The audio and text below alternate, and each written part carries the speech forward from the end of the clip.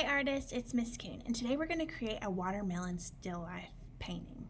Our I Can statement is I can integrate art vocabulary while planning and creating art, and our vocabulary words that we're going to focus on are composition, overlapping, and line. So let's talk about what those words mean.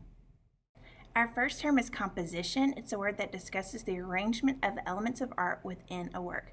This example was created or inspired by Kandinsky. It's a non-objective colored pencil and watercolor painting. Our second term is overlapping, and that's used to create the illusion of depth. When one object covers a part of another object, the object in front looks closer to the viewer. So in this example, which was inspired by the art of Paul Cézanne and was created by Miss Long, the red apple looks like it's in the front, and the green apple looks like it's in the back. Our last art term is line. A line is an identifiable path created by a point that moves in space. Lines often define the edge of a form. Lines can be horizontal, vertical, or diagonal, straight or curved, or thick or thin. Now that we've reviewed overlapping and line, we can use those terms to discuss the composition of this Kandinsky-inspired art. What is overlapping and looks like it's in front? What lines do you see? I'm going to quickly go over the supplies that you'll need for this project. You need a white piece of paper, a pencil, a Sharpie, crayons, a watercolor set, a cup of water, and a brush. If you would like to, an optional material that you can add later is a little bit of cooking salt. You don't have to have this, but if you want to try it, you can ask your parents for just a little touch. Okay, so we're going to start with our pencil, and we're going to use a couple of different lines. The first line that I'm going to use is a short horizontal line. So that's a line that comes across. I'm going to touch the right end and draw a diagonal line that comes up at an angle. And then I'm going to connect these two, my horizontal line and my diagonal line, with a curved line. I'm drawing a slice of watermelon. Now at the top and the bottom of my diagonal line, I'm going to draw another diagonal line that's short and goes in the opposite direction. So it's going to curve or kind of slide towards the top corner. And then I'll connect with another diagonal line so that my slice of watermelon looks 3D. I need to draw a line where the rind is, so I'm going to curve here and then diagonal there. This is going to be overlapping. It's going to be in the front, so I'm going to draw the slice that's in the back. So I would just pick a point and draw a dot, and I'm going to draw a diagonal line that goes behind this slice, another diagonal line, and I'm going to let it stop before it gets too low at the bottom of my composition, and then I'm going to curve behind it. I'm going to touch the top, diagonal, up, diagonal, up, curve, or diagonal line down, not a curve. I'm going to do a curved line across the bottom, kind of like a smile, and a diagonal line on the side. So I have a slice that's in the front and a slice that's in the back, and that's giving my picture depth. I need to draw another horizontal line to show where that they're sitting on a surface. So I'm going to draw a line through the back.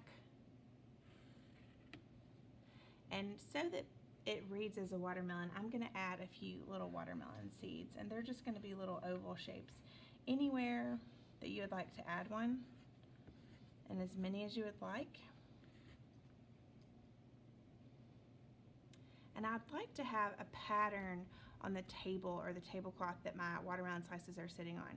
So I'm going to start with a vertical line that's going to come down the center, but it's going to go behind my watermelon. So it goes behind, and then I'm going to pretend that it continues out the bottom.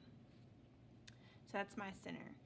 As the stripes on my tablecloth are going to look like they start turning into diagonal lines as they go away from the center of the picture. So I'm going to draw a diagonal line that goes to the left, diagonal line that goes to the right, and then I'll keep continuing those diagonal lines until I run out of room. Okay, after you finish that step, the next step we're going to do is to outline our drawing with Sharpie. Okay, my next step, I'm going to add a little bit of crayon. I think that you'll need a black, a green, and it doesn't matter if it's a light green or a dark green. I like a light green for this, and I'll start there for now. So with my black, I want to color inside of my seeds, and I want to press down and get a nice solid black. And then for my green, I'm just going to do a little squiggle on the rind. I'm not going to color it all the way in. A lot of this picture will be painted.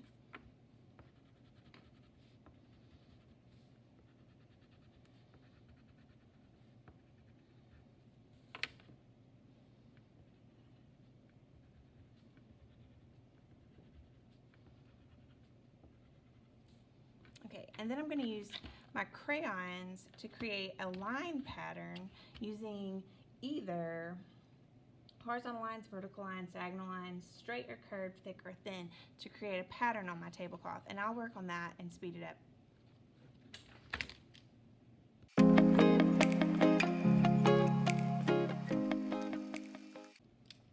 Okay, so I finished using my lines on my pattern on my tablecloth, and I used wavy lines and diagonal lines go in different directions to create a checkerboard pattern. So the next step, we're going to use watercolor paints, and we need to wake up our watercolors. They haven't been used today, so I'm going to wet my brush and just drop a little bit of water in each of these colors. I'm going to save the red of my watermelon for last because I'm going to use that little extra salt step. Okay, but I'm waking up my watercolors, and then I'm going to rinse my brush, touch the color that I want to use, and I'm going to add it on top of my crayons. And the wax of the crayon is going to push the paint away so that those colors still show through. So I have two kinds of green on my rind. Okay. And then I'm going to really quickly paint my background, and I'll come back and talk about the red part in a moment.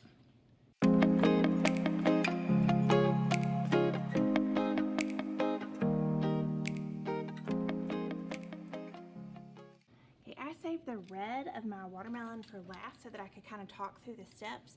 Usually they're a little bit of a lighter color as they get closer to the rind, so I'm going to add just a touch of yellow right at the rind. And then I'm going to go back with my red, and I'm going to fill this in. And it's okay if they mix just a little bit as they transition colors. I'm going to try to work fast so that my paint stays wet.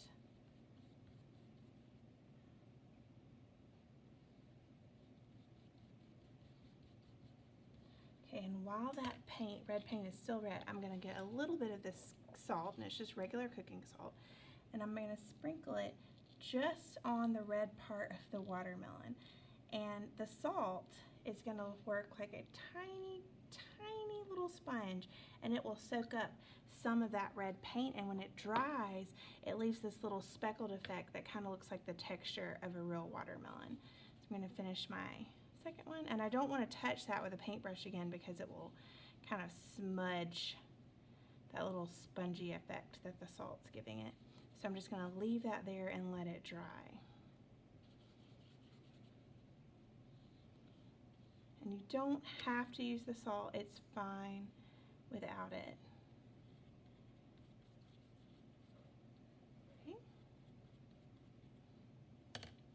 Okay, I'm going to get a little pinch of salt and sprinkle it on so that it can soak up some of that color. And then I'm going to leave it here and let it dry. Once your watercolor paint is dry, you can brush some of the loose salt off, and you'll see this cool little textured effect on your watermelon. I can't wait to see what you create. You can drop photos of your artwork in the comments below this video, or you can email them to Miss Kuhn at amkuhn@auburnschools.org.